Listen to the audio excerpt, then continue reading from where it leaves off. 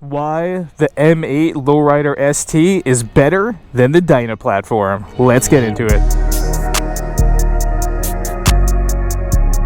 What's going on, YouTube? FXDLS Brooklyn is back in the building. And yeah, you know, hence the name of my channel. More than any other bike, I probably have the Dyna miles flowing through my blood more than anything else. The inception of this channel was based on Dyna and FXR life.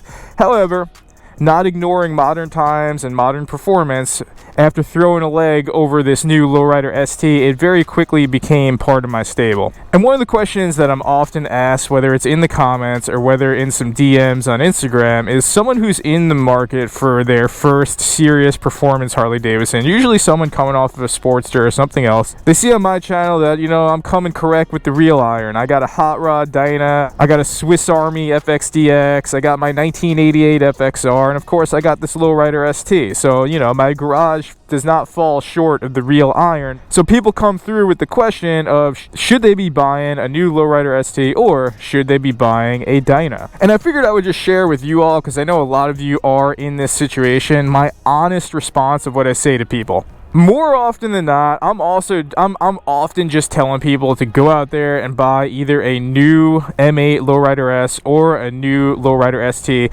coming down to one simple thing: performance. I'm sorry, you know, and again, it hurts my feelings a little bit. I'm probably going to offend some people out here. Again, I'm kind of offending myself as someone whose main bike is a Dyna Lowrider S, but you're just not going to touch these bikes in terms of performance. You're just not going to do it. In order to hit the level of performance that this bike hits on your Dyna, you're going to have to do some serious work. Going from stabilizers to going to motor work to going to major money in the suspension, talking about the rear, also having to throw an inverted front end, which ain't a cheap job.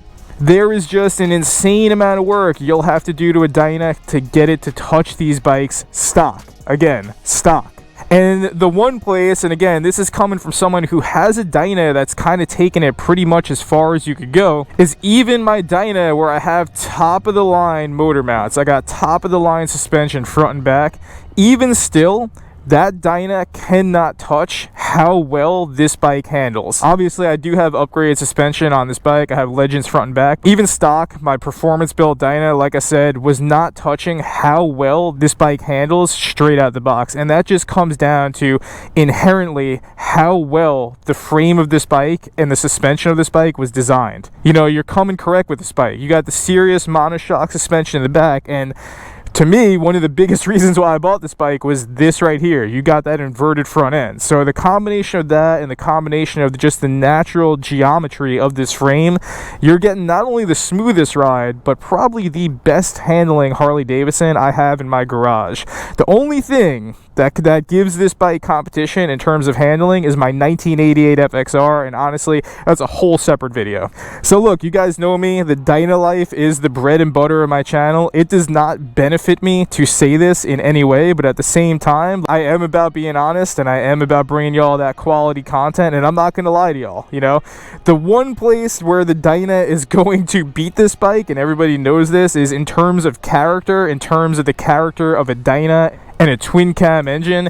You're just never gonna beat the natural character of a Dyna. You know, if two bikes pull up to the light and one of them is this bike and the other one is a performance Dyna, the performance Dyna is always going to be the cooler and more notable bike. But in terms of pound for pound performance, let's be real, it's going to be very hard and very costly for any Dyna to touch the performance that you're getting with these modern Lowrider STs. If someone is looking to buy a bike in terms of the best pound for pound performance for the money, I'm always going to steer them to this bike, and that's just being honest. But if someone's looking for that nostalgic character of what a Harley Davidson probably should feel like and probably should sound like, then I tell them, yeah, go the Dyna route. Because, you know, as I do say this, like I said, with my performance built Dyna, even though I do think this bike pulls away in terms of performance, my Dynas come pretty close to this, so it's not like I get on my Dynas and I'm like, oh my god, man, these bikes are light years apart. They're not,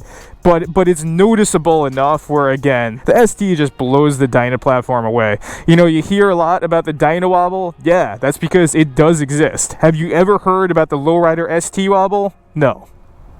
Case and point right there.